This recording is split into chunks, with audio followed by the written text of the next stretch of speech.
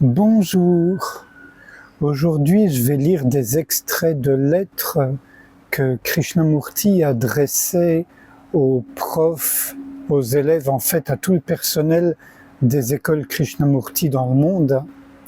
Je ne sais pas si vous le savez, il avait fondé des écoles, je ne veux pas insister dessus aujourd'hui.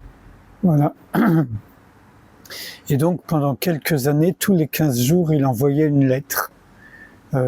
D'abord, les livres s'appelaient Lettres aux écoles et on ne les trouvait que dans les fondations et associations Krishnamurti. Puis enfin, ça a été publié pour tout le monde sous le titre, je crois, Apprendre l'essence de la vie. Là, j'ai un vieil exemplaire de Lettres aux écoles.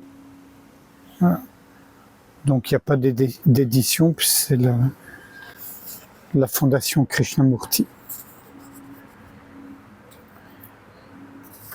15 octobre 1978. Il semble que la plupart des gens passent beaucoup de temps à discuter simplement de la clarté verbale, sans paraître saisir la profondeur et le contenu au-delà du mot.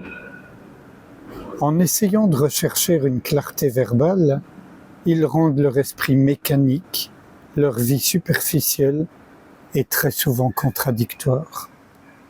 Ce dont nous nous préoccupons dans ces lettres, ce n'est pas de la compréhension au niveau des mots, mais des événements quotidiens de notre vie. C'est le point essentiel de toutes ces lettres, non pas l'explication verbale du fait, mais le fait lui-même. Quand notre objet est la clarté verbale, et partant la clarté de nos idées, notre vie quotidienne se situe au niveau des concepts et non des faits. Toutes les théories, tous les principes, les idéaux sont des concepts. Les concepts peuvent être malhonnêtes, hypocrites et illusoires. L'on peut avoir bon nombre de concepts ou d'idéaux, mais ils n'ont absolument rien à voir avec les événements quotidiens de notre vie. Les gens sont nourris d'idéaux. Plus ceux-ci sont chimériques, plus on les croit nobles. Mais une fois encore, la compréhension du quotidien est plus importante que les idéaux. Si notre esprit est encombré de concepts, d'idéaux, etc., nous ne pouvons jamais affronter le fait, l'événement réel. Le concept devient un blocage.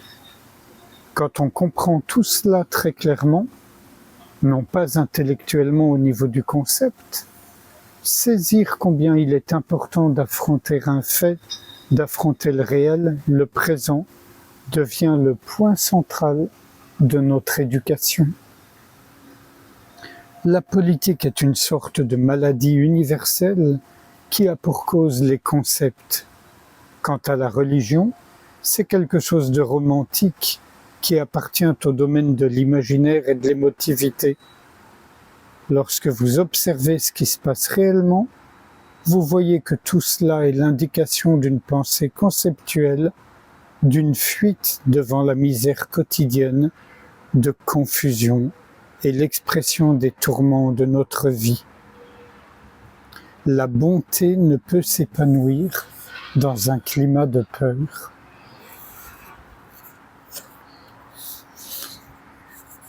Un autre extrait plus court du 1er novembre 78. Le savoir ne conduit pas à l'intelligence. Nous accumulons beaucoup de savoir sur bien des choses, mais il semble presque impossible d'agir intelligemment selon ce que nous avons appris. Les écoles, les collèges et les universités cultivent les connaissances sur notre comportement, l'univers, la science, ainsi que la technologie sous toutes ses formes. Les savants soutiennent que les êtres humains ne peuvent évoluer que grâce à de vastes accumulations d'informations et de connaissances. L'homme a vécu des milliers et des milliers de guerres. Il a amassé beaucoup de connaissances sur les diverses façons de tuer, Cependant, ce sont précisément ces connaissances qui l'empêchent de mettre fin à ces guerres. Nous acceptons la guerre comme une façon de vivre et toutes les brutalités, la violence et le meurtre comme faisant partie du cours normal de notre vie. Nous savons que nous ne devons pas tuer notre prochain, mais le fait de le savoir reste totalement étranger à l'acte de tuer, etc., etc. L'éducation dans nos écoles, Krishnamurti, ce n'est pas seulement l'acquisition de connaissances, mais, et cela est beaucoup plus important, c'est l'éveil de l'intelligence qui alors utilisera les connaissances.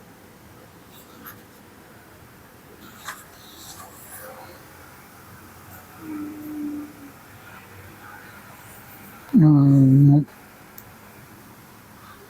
pas là.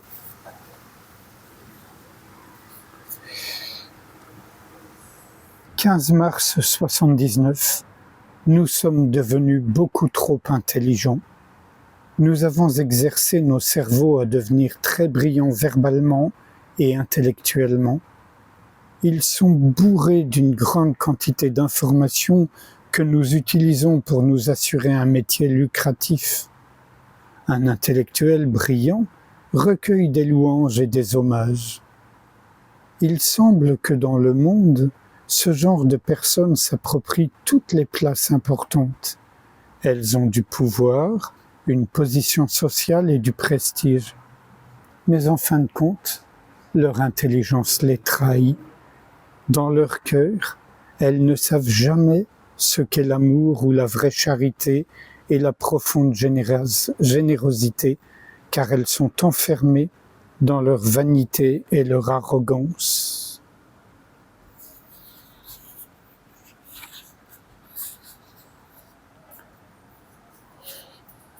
1er avril 79, notre objet est toujours l'esprit dans sa totalité. L'esprit inclut les sens, les émotions vagabondes, la capacité du cerveau et la pensée toujours agitée. Tout cela est l'esprit, y compris divers attributs de la conscience. Quand l'esprit fonctionne dans sa totalité, il ne connaît pas de bornes. Il a une grande énergie et agit sans l'ombre de regret ou la promesse de récompense. Cette qualité d'esprit, cette totalité, est intelligence. Et un tout dernier extrait du 1er mai 79, si ce moustique veut bien me laisser lire, pas s'interposer. Alors, après tout, l'école est un endroit où l'on acquiert non seulement les connaissances nécessaires à la vie quotidienne, mais où l'on apprend aussi l'art de vivre avec toutes ses complexités et ses subtilités. Nous semblons l'oublier et être totalement pris au piège de la superficialité du savoir. Le savoir est toujours superficiel et l'on ne considère pas nécessaire d'apprendre l'art de vivre. Vivre n'est pas considéré comme un art. Quand on quitte l'école, l'on cesse d'apprendre et l'on continue de vivre sur son acquis.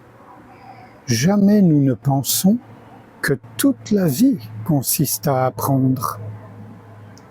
Lorsque l'on observe la vie, on constate que l'existence quotidienne est un changement et un mouvement perpétuel et que notre esprit n'est pas assez vif et sensible pour en suivre les subtilités. On l'aborde avec des réactions et des fixations toutes faites.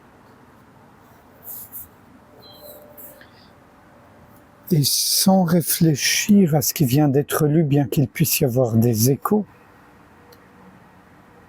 je vous invite à ce qu'on passe un instant ensemble en silence, précisément à observer sans réagir, sans s'impliquer, sans se laisser prendre par les réactions et les fixations dont parle Krishnamurti.